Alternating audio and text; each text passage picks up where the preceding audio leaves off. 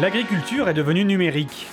Robots de traite, distributeurs de nourriture, racloirs automatiques ou GPS dans le tracteur. Chez Adrien Poncet, c'est la ferme 2.0. L'agriculteur moderne surveille ses bêtes depuis son smartphone et pour les animaux comme pour les hommes, c'est un progrès essentiel. Tous les investissements qu'on fait sur l'exploitation, ils ont plusieurs finalités. C'est d'essayer de s'apporter un maximum de confort aussi bien à l'animal qu'à l'homme, de limiter nos temps de travail pour avoir un peu de temps libre pour nos activités autres ou puis pour nos familles. Ça nous permet d'être le plus performant possible économiquement parce qu'aujourd'hui on est dans un monde où l'économique prime et si on veut encore être là demain, il faut faire des investissements qui vont dans ce sens-là. Le confort est aussi sur la feuille de paye. Et pour s'en sortir, il faut avoir des idées. Ce matin, le fromager Hervé Mons a été désigné pour récompenser le produit innovant de l'année dans la Loire. Plusieurs produits rouennais ont tenté leur chance. C'est génial, moi je trouve que ça marche très bien. On sait que l'idée elle fonctionne. Ce concours, c'est le symbole d'une agriculture qui innove, pour mieux s'en sortir. Dans le Rouennais, on remarque d'ailleurs que des jeunes agriculteurs s'installent dans des domaines toujours plus diversifiés.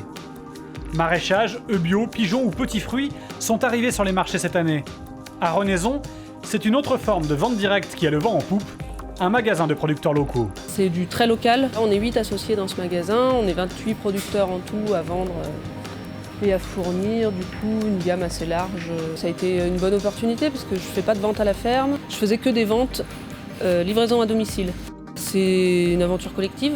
On a commencé il y a 4 ans, on n'avait que la moitié du local, donc ça fait 1 an et demi qu'on a agrandi et du coup la clientèle suit, quoi. Les gens sont super contents. Les débouchés locaux ont apporté de nouveaux revenus et créé des vocations. Aurélie Margoton a mis du temps à s'installer sur la ferme avec son mari. Après 10 ans comme salariée, elle a pris le risque de lancer sa ferme pédagogique.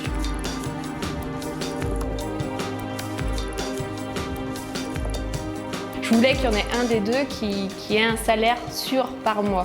Donc après, c'est pour ça que j'ai mis du temps à me décider. C'est un complément en fait. Et ça m'a permis de réellement trouver ma place, cette place que je ne trouvais pas forcément au sein du troupeau allaitant. Donc du coup, comme ça, on est associés tous les deux, mais en même temps, on a chacun notre travail, notre secteur d'activité, on va dire.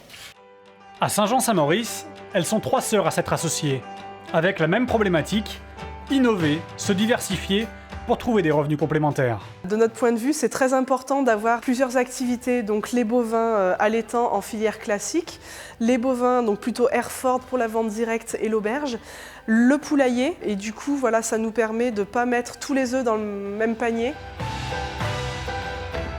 Donc là on est sur l'un des sites qui était un ancien corps de ferme. Du coup on a entièrement rénové pour proposer des repas directement, donc des produits de la ferme dans l'assiette.